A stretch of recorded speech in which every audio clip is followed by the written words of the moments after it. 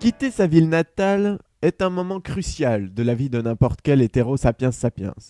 Oui, étant depuis aujourd'hui passé du statut de jeune à vieux con, je me vois dans l'obligation d'être homophobe au premier degré.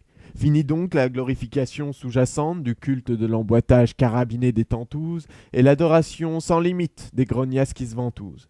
Je ne jurerai désormais que par le missionnaire, exempt de tout préliminaire, chaque samedi soir, après le journal de TF1 et avant le match. Quitter sa ville natale, c'est fuir, ou tout du moins laisser un temps, le cocon familial, la chaleur accueillante d'un foyer, de 4 murs et un toit, et être prêt à échouer n'importe où, n'importe comment, être prêt à planter sa toile là où on veut vivre seul, être prêt à affronter la vie comme un homme indépendant et fort. Cela fait 3 années maintenant que j'ai fait mon baluchon et quitté joyeusement la maison de mes géniteurs pour partir vers de nouvelles contrées, un peu plus à l'ombre des montagnes. Mais ce qui fait la crucialité, si j'ose dire, d'un tel départ, ce n'est pas tant l'abandon du repassage systématique de mes chemises, du frigo presque toujours plein, de la voiture de ma mère au profit, au mieux, d'un vélo qui me portera où je le souhaite, à condition que j'enfonce toujours plus fort le pédalier. Ou des coups de filinquet à minuit et des poussières, tandis que j'essaie désespérément de saouler la pauvre blonde pas très gracieuse, qui a encore la bouche libre, dans une soirée qui marqua à jamais ma triste vie adolescente, aujourd'hui révolue. Ce qui rend unique cette extraction d'un carcan étouffant et sclérosant, c'est que dès lors, il nous est possible de revenir à la maison, et de le faire avec joie. C'est ainsi que j'aime à rentrer de temps à autre chez ma génitrice pour profiter de quelques plaisirs absents de ma nouvelle vie. C'est grâce à ces retours occasionnels et brefs que je peux retrouver le goût de l'éparpillage de fringues, suivi d'une petite engueulade revigorante, des réflexions assassines dès le lever. Toujours trop tôt ou trop tard, la bonne heure pour émerger n'existe pas chez nos parents. Mais surtout, mes retrouvailles avec la littérature de chiottes autrefois évoquée. Que de plaisir à reconquérir le vocable et les mythes si particuliers de femmes actuelles, nécessaires à la compréhension des messages spirituels et philosophiques sous-jacents. Évidemment, au premier degré, ce test d'un soin jambes légères, où le produit serait presque vivement critiqué, paraît futile et superficiel.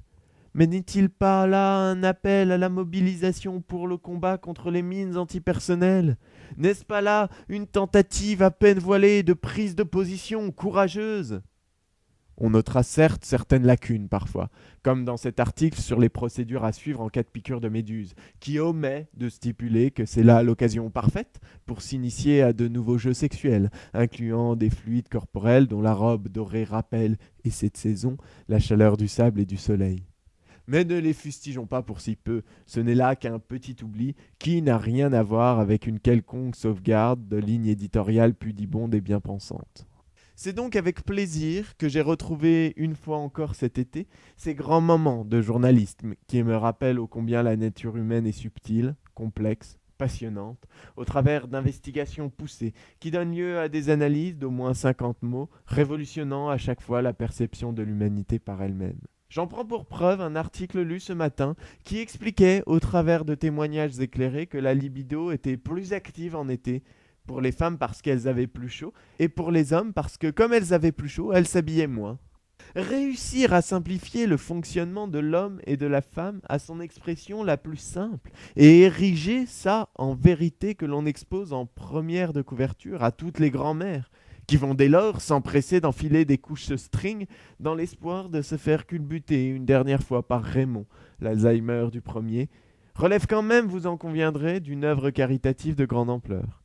Dédaigner à ce point les nombreux acquis des sciences humaines au profit d'une hypothétique partie de jambes en l'air pour des décadents que la médecine maintient en vie, dans le seul but qu'on puisse leur pomper encore un peu de fric et qu'ils finissent de rembourser leurs prêts, n'est-ce pas le plus beau geste que l'on puisse faire pour la France aujourd'hui?